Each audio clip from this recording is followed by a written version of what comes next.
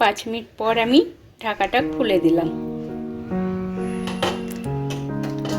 বন্ধুরা এভাবে বানাবেন, খেতে খুব সুন্দর, দেখতেও দেখেছেন কি সুন্দর হয়েছে। এইভাবে বানালে আপনাদের সবার পছন্দ হবে। রুটি, লুচি, পরোটা বলেছি আগেই, সবার সাথে খেতে পারবেন। আর যদি ভালো লাগে নিত্য নতুন রেসিপি পেতে আপনারা আমার চ্যানেলটি সাবস্ক্রাইব করে দেবেন। বন্ধুরা আমার রেসিপিগুলো দেখেছেন, সব নতুন নতুন রেসিপি আমি দিই, সুন্দর সুন্দর নতুন নতুন রেসিপি থাকে। আপনারা এইভাবে আমাকে সাপোর্ট করবেন।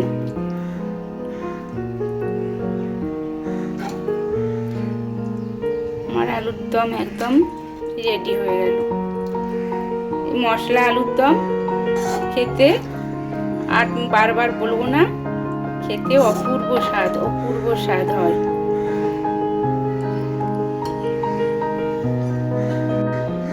আজকে আমি পুরি আলুর দম বানাবো। পুরি আলু 1 কিলো নিয়ে এসেছি, এই যে ধুয়ে পরিষ্কার করে রেখেছি। এরপর আলুগুলো আমি সেদ্ধ করে নিলাম।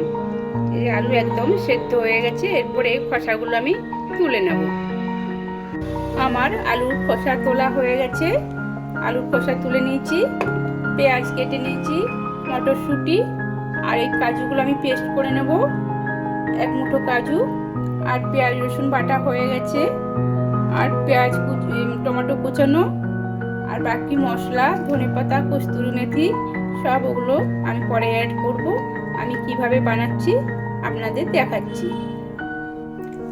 আলুগুলো যাতে মশলা ঢোকে তার জন্য আমি আলুগুলোতে এই যে এইভাবে আমি এগুলোতে ছিদ্র করে দিচ্ছি। এই কাঁটা চামচ দিয়ে এরকম ভাবে ছিদ্র করে নেবেন, তাহলে এগুলো মশলাটা ভালো মতো ঢুকবে, খেতেও সুস্বাদু লাগবে।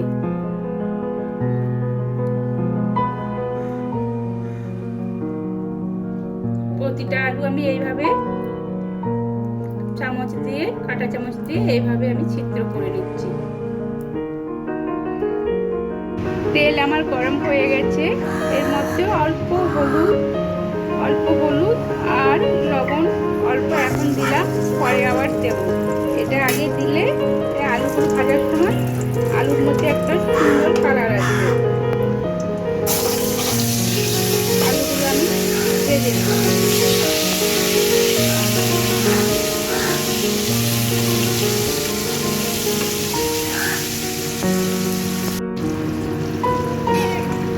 কি হলো, তুই এত চিৎকার করছিস কেন? এনে আলুটা নিয়ে চলে যা। আলুটা নিয়ে নে, হ্যাঁ যাও, চলে যাও। আমার আলুগুলো ভাজা হয়ে গেল। আলুগুলো আমি এবার তুলে নেব। আলু ভাজার তেলের মধ্যে আমি আর 1 চামচ তেল আমি দিয়ে দিচ্ছি।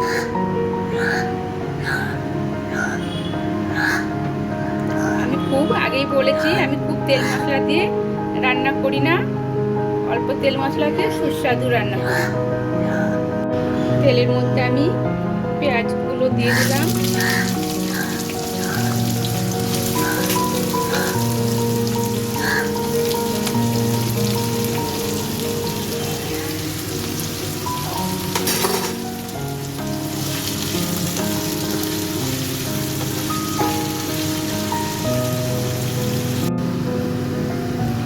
পেঁয়াজটা লাল লাল একটু আমার ভাজা হয়ে গেছে। এর মধ্যে আমি টমেটো দিয়ে দেবো। টমেটোগুলো দিয়ে দিলাম। এটাতে একটু নেড়ে পর তারপরে আদা রসুন বাটা দেবো।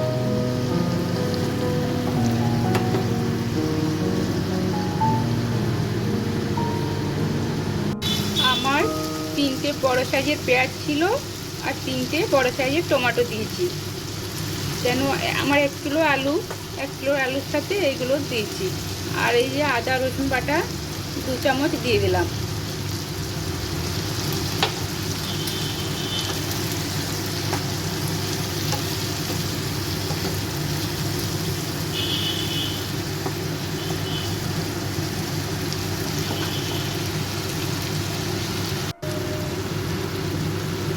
এক চামচ হলুদ গুঁড়ো দিয়ে দিলাম।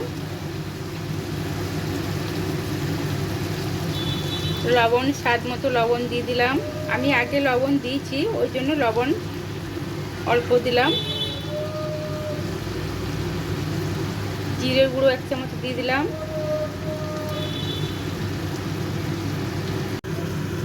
হাফ চামচ আমি ধনে গুঁড়ো দিয়ে দিলাম।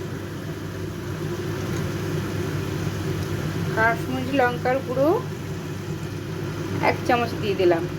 আমি এটা কাঁচা লঙ্কা বাটা 4টে কাজুর সাথে মিশিয়ে দিয়েছি, ওই জন্য আর গুঁড়ো লঙ্কা, নর্মাল গুঁড়ো লঙ্কা দিলাম না।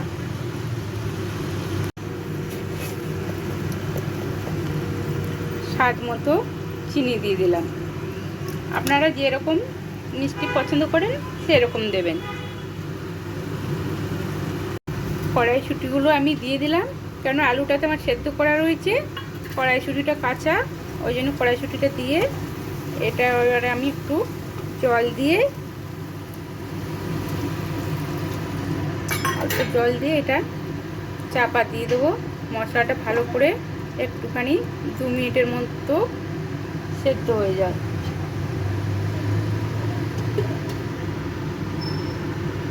এরপর আমি কাজু বাটাটা দিয়ে দিলাম। এটা দিয়ে এবার ভালো করে মশলাটা আবার আমি কষে নেব।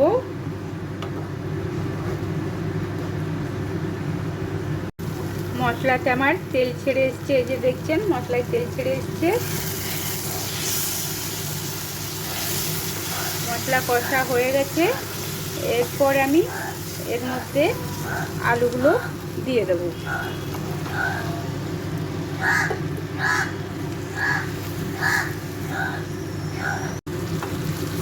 এটা ভালো করে কষা হয়ে গেল, মশলাটা আমার কষা হয়ে গেছে।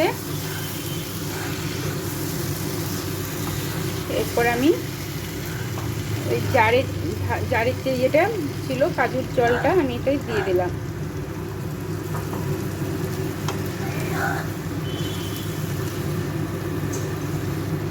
এটাতে আমি বেশি জল দেব না, অল্প সামান্য জল দেব, যাতে আলুর মধ্যে মশলাগুলো ঢুকে যায়। আমি অল্প জল দিয়ে দিলাম। গরম করা জল ছিল, গরম করা জল আমি দিয়ে দিলাম। এরপর এটা আমি 5 মিনিটের মতো এটা আবার আমি চাপা দিয়ে দেবো। আমি এটা 5 মিনিট পর খুলে নিলাম।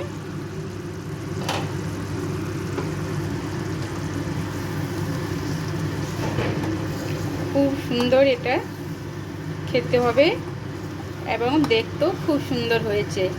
আপনারা এভাবে একবার বানাবেন, খুব সুন্দর খেতে, টেস্টি। এরপর আমি এর মধ্যে কস্তুরি মেথি দিয়ে দিচ্ছি। আমি এটা একটু হাতে করে কস্তুরি মেথি দিয়ে দিলাম।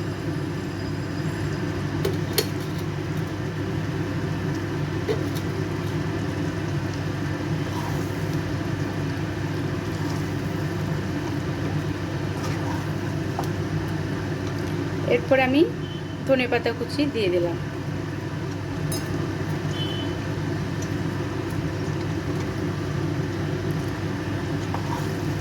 এগুলো দিয়ে ভালোভাবে মিশিয়ে নেব। আমি এটা খুব শুকনো করলাম না, আবার খুব ঝোলঝোলও করিনি। এটা দেখছেন এই যে এরকম রুটির সাথে, লুচি, পরোটা, সাদা ভাত, ফ্রায়েড রাইস সবার সাথে এটা ভালো লাগবে। এটা খুব সুন্দর রেসিপি, সবার সাথে খাওয়া যায়। আপনারা একবার বানাবেন, যেভাবে আমি দেখালাম এইভাবে বানাবেন, আঙুল চেটে খাবেন, আমি আপনাদের বলছি।